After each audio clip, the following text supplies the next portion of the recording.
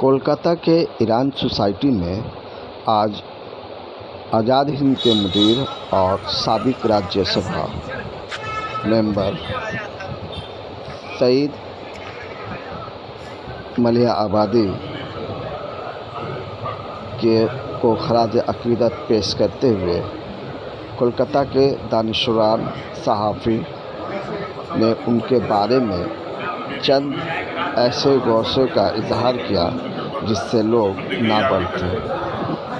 अहमद सईद मलिया आबादी आज़ाद हिंद के मुदीर रहे हैं और इन्होंने जो अदारियाँ अपनी ज़िंदगी में लिखी वाकई वो अदारियाँ काबिल तारीफ़ है। हिंदुस्तान में बहुत कम ऐसे सहाफ़ी हुए जिनके अदारिये का इंतज़ार लोग शिद्दत से करते हैं। ऐसे ही एक सहाफ़ी अहमद सईद मलिया आबादी भी थे जिन्होंने खूब लिखा और लिखा तो पढ़ने वालों से दाद भी वसूल किया। उन्होंने अपनी पूरी ज़िंदगी में ईमानदाराना तरीके से सहाफ़ती ज़िंदगी गुजारी और कोलकाता के एक ऐसा अखबार दिया जो आज भी याद किए जाते हैं। आइए हम मेहमान से उनकी आरा सुनते हैं।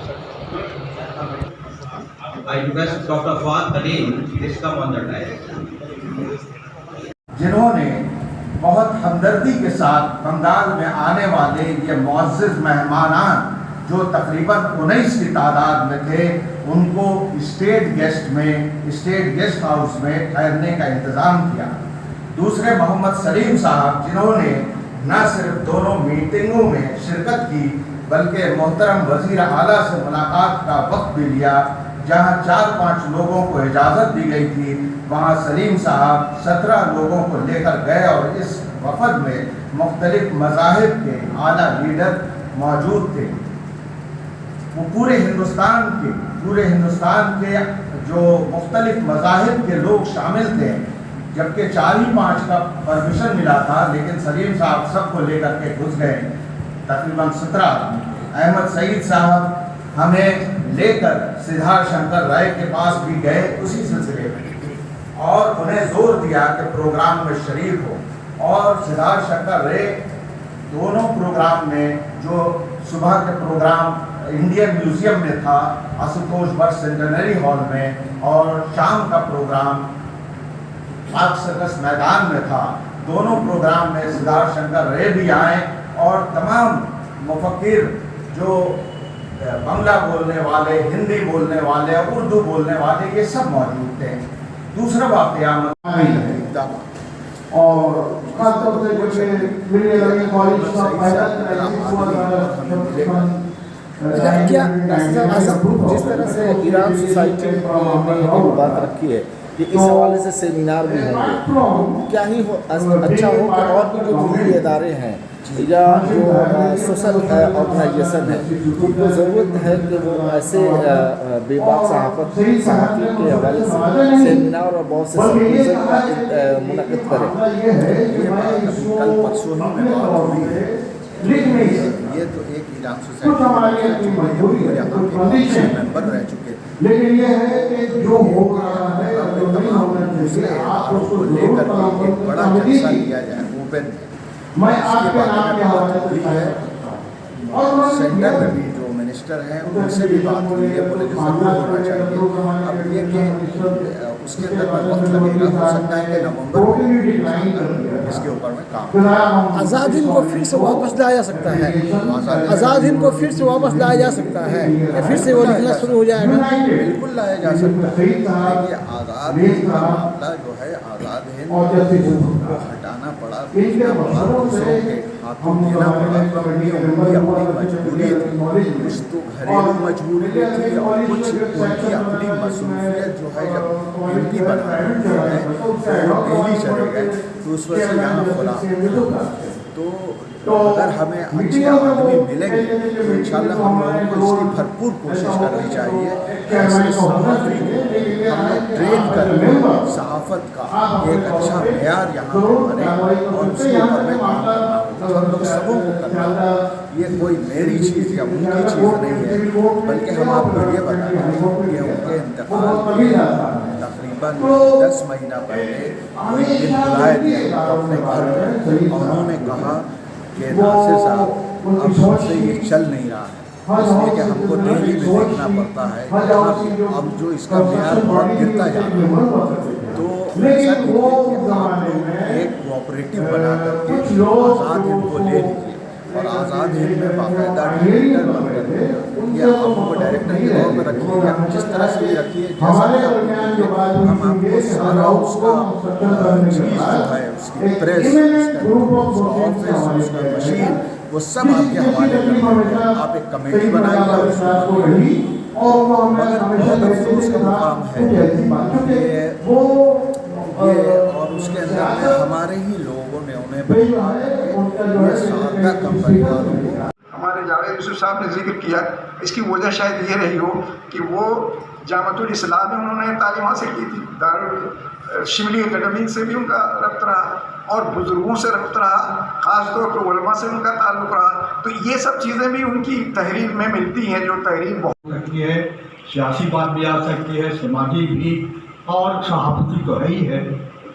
मरियम वाली साहब से मेरे बहुत गहरे ताल्लुकात नहीं थे, इसका दावा मैं नहीं कर सकता, लेकिन तकरीबन 45 वर्षों से उनसे रस्मुरा रही, 45 वर्षों से, और ये रस्मुरा आखिर वक्त तक कायम रही। चंद जब वो आया यहाँ से, मैं भी उस पर काम कर रहा था, तो अचानक मैंने खबर पाई कि मरियम वाली साहब जैसे अमर सिंह मरियम वाली साहब की हाजिया का इंतकाल किया।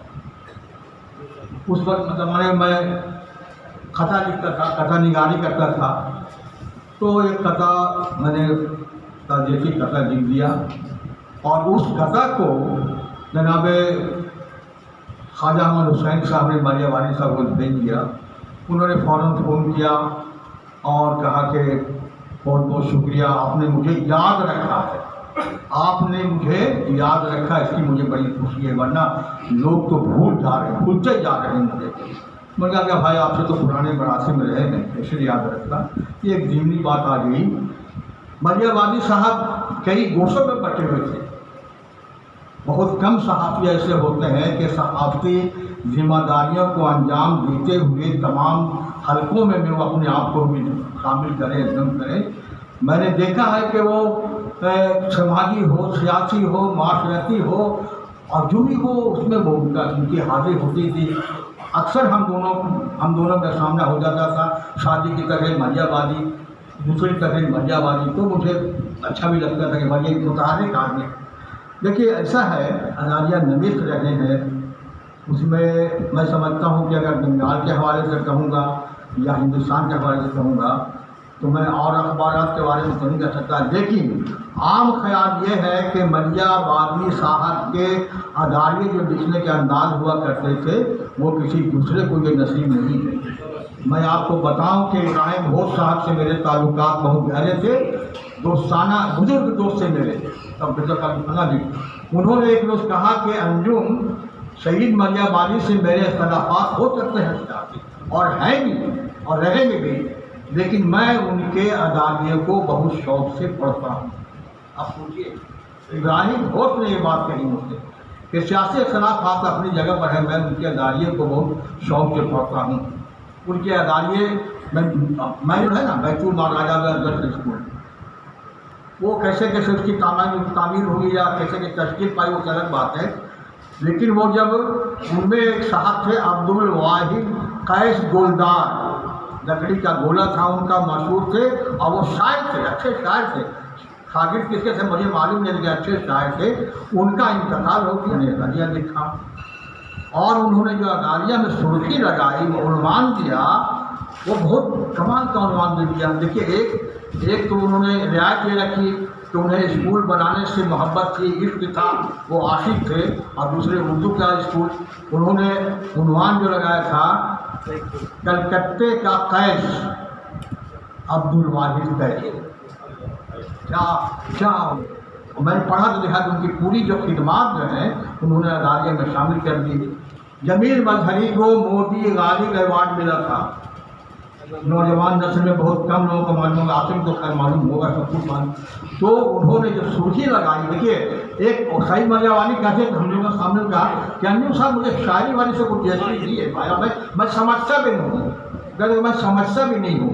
लेकिन जब जमील मजहरी को गालिब मोदी अवार्ड उस वक्त वो उसका क़याम अमल में आया था, कमेटी की तश्कील अमल में आई थी, पहला अवार्ड जो मिला वो जमील मजहरी को मिला और उन्होंने सुर्खी लगा दी, पहली सुर्खी अल्लामा जमील मजहरी गालिब मोदी अवार्ड से सरफराज किए गए।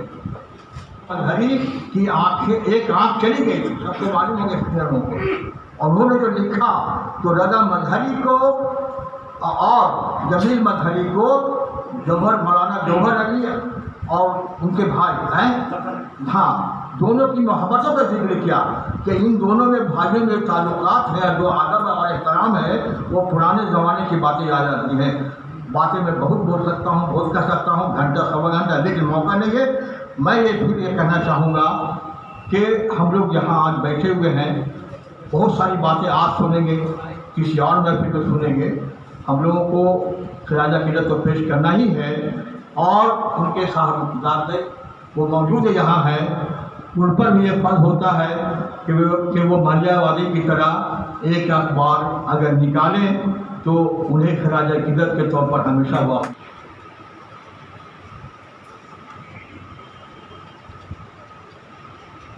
This fraternity, ladies and gentlemen, and all the family members of Janab Ahmad Said Maliawadi.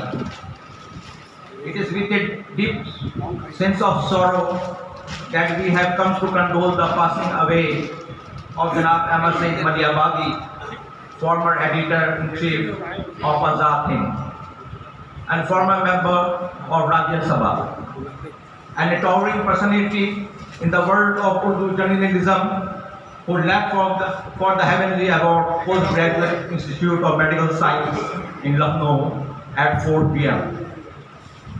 He was buried the next day at his native village, Maliabad.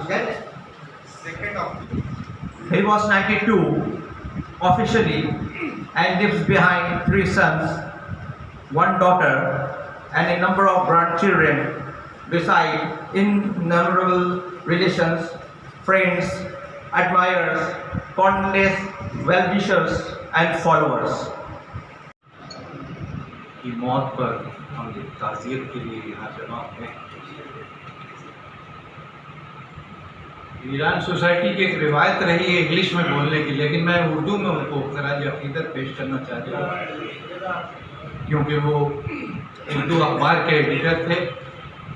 Urdu को उन्होंने पाला पोसा और बहुत कुछ दिया, मिल्लत को भी दिया। तो आज बड़े दुख का मौका है। मैं 24-25 साल तक आज़ाद हिंद के साथ रहा। मैंने कभी महसूस नहीं किया कि मैं आज़ाद हिंद से अलग, एक फैमिली की हैसियत से शुरू से आखिर तक मैं आज़ाद हिंद के साथ रहा। मैंने तो आज़ाद हिंद का वो दौर देखा है जब सागर दत्त लैन में उसका दफ्तर था, न्यूज़ प्रिंट पर लोग सोते थे, काम करते थे।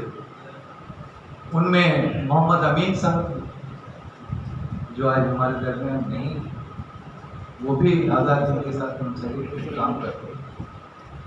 आज़ाद हिंद तो जब लीथू में छपता था उस वक्त उसकी मकबूलियत ज़्यादा थी, और लोग कोलू टोला में आज़ाद हिंद का शुमारा आने के लिए इंतज़ार करते थे सुबह से कि मेरा अखबार आएगा, मैं उसको पढ़ूँ।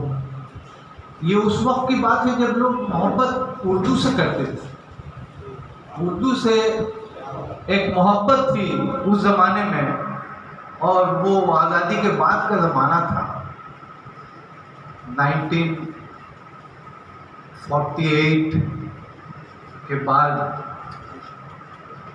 1964 में फसादात हुए कलकत्ते में, कलकत्ते के मुसलमानों को हिलाकर, कलकत्ते में मुसलमानों की आबादी इतनी थी गुंजान आबादी, उसके पैरों तले ज़मीन हिल गई थी 64 के राइट। हम लोग हौड़े में थे कि दहाई में स्टेट्समैन अखबार पर हमले को देखा। उस स्टेट्समैन ने पैगंबर इस्लाम हज़रत मोहम्मद सल्लल्लाहु अलैहि वसल्लम की शान में गुस्ताखी की, एक मजमून शाया किया था जिसमें कुछ अल्फाज ऐसे थे जो मुसलमानों ने पसंद नहीं किया। गुस्ताख रसूल, हमला हुआ, फायरिंग हुई। आज़ाद हिंद का रोल उस वक्त बहुत ही कलीदी रोल था। आज़ाद हिंद के एडिटर मलियावादी ने इदारियाँ लिख कर मुसलमानों को यकीन दिलाया कि हुकूमत कार्रवाई करेगी, आप लोग खामोश रहें। जब जब मुसलमानों पर कोई बहरान आया, आज़ाद हिंद 1962 से 65 का ज़माना कलकत्ते में मुसलमानों के लिए जहन्नम बना हुआ था।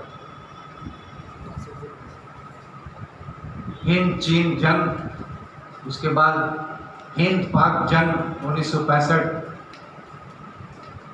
मुसलमानों पर पाकिस्तानी होने का शुबा,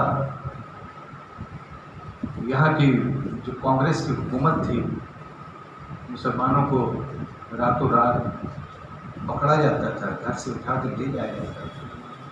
उस वक्त मलियावादी का रोल, आज़ाद हिंद का इदारिया बहुत ही काबिल-ए-सताइश था।